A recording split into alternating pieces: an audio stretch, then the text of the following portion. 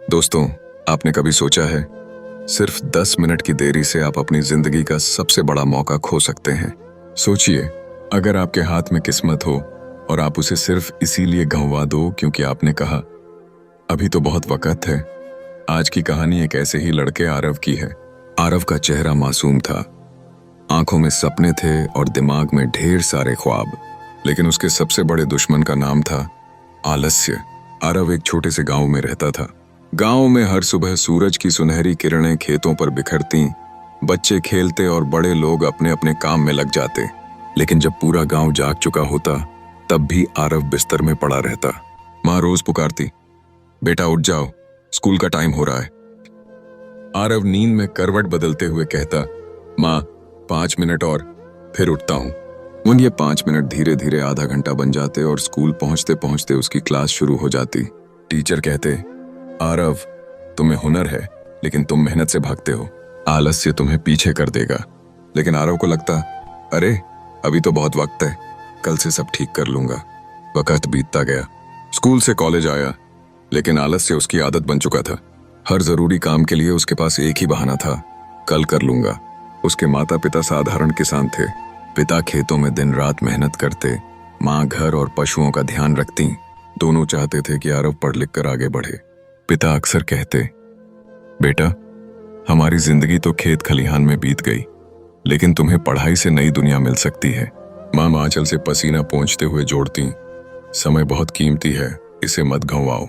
लेकिन आरव के कानों में उनकी बातें सिर्फ कुछ पल तक गूंजती।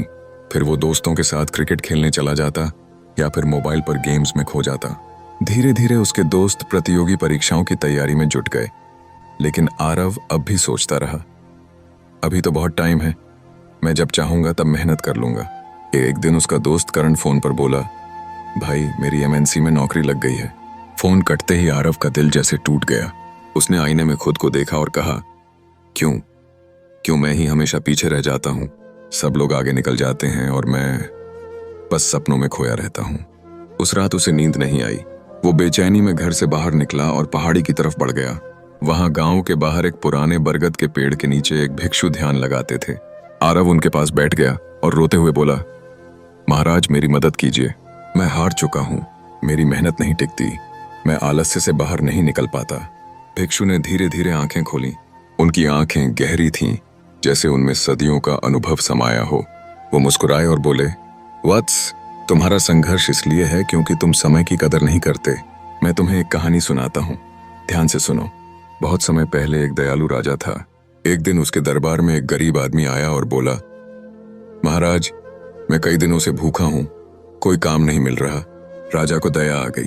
उन्होंने कहा, आज का पूरा दिन तुम्हारा है, सूर्यास्त से पहले मेरे महल से जितना सोना उठा सको सब तुम्हारा होगा, लेकिन अगर सूर्य डूब गया तो सब खत्म। गरीब आदमी खुशी खुशी घर भागा। पत्नी को बताया तो उसने कहा, जाओ तुरंत ले आओ सोना। लेकिन गरीब आदमी बोला, पहले खाना खा लूं, पेट में ताकत आ जाएगी तो ज्यादा सोना उठा पाऊंगा। वो खाने बैठ गया। पत्नी घबराई, समय मत गनवाओ। लेकिन उसने कहा, अरे भूखे पेट काम नहीं होता। वो खाना खाने के बाद बोला, बहुत थक गया हूं, थोड़ी देर सो लूं, फिर जाऊंगा। वो सो गया और आंख खुली तो सूरज आधे आसमान में पहुंच चुका था। जल्दी जल्दी निकला, लेकिन रास्ते में धूप तेज थी। वो बोला, थोड़ी देर छांव में बैठकर आराम कर लूं। आराम करते करते नींद लग गई। 4 घंटे निकल गए। जब आंख खुली तो सूरज ढलने लगा था। अब वो दौड़ता हुआ महल पहुंचा, लेकिन जैसे ही गेट पर पहुंचा, पहरेदारों ने दरवाजा बंद कर दिया। सूर्यास्त हो चुका था। गरीब आदमी जमीन पर गिर पड़ा, आंखों से आंसू बहने लगे। वो रोया, काश मैंने समय को गंवाया ना होता। भिक्षु ने कहा, वत्स, तुम भी वही कर रहे हो। तुम सोचते हो कि समय बहुत है, लेकिन समय किसी का इंतजार नहीं करता। या तो समय के साथ चलो या समय तुम्हें छोड़ देगा। आरव की आंखों में आंसू थे।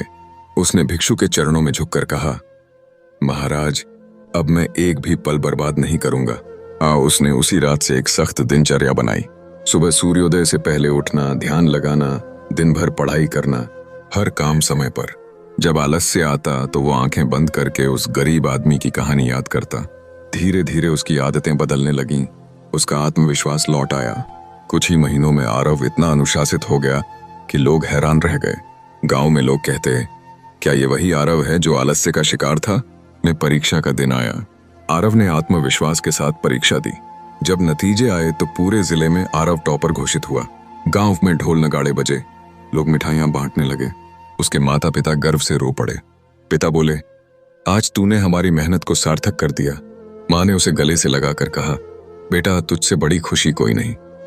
अब आरव सिर्फ सफल नहीं हुआ था, बल्कि दूसरों के लिए प्रेरणा भी बन गया था। उसने वर्तमान यात्रा नाम से एक संस्था शुरू की। वहां वो युवाओं को सिखाता कि समय सबसे बड़ी पूंजी है। उसकी बातें दिल को छू जाती। एक बार सेमिनार में उससे पूछा गया, आपकी सफलता का राज क्या है? किंतु आरव ने मुस्कुराकर कहा, वर्तमान क्षण, क्योंकि इसी में सब कुछ संभव है। समय ही सबसे बड़ा खजाना है। अंत दोस्तों, ये कहानी हमें यही सिखाती है कि समय सबसे ताकतवर और सबसे अमीर चीज है। जिसने समय को साध लिया, उसने जिंदगी को जीत लिया। और दोस्तों, ऐसी ही प्रेरणादायक कहानियां पाने के लिए जुड़े रहिए हमारे चैनल ट्रू स्टोरी इंस्पायर के साथ।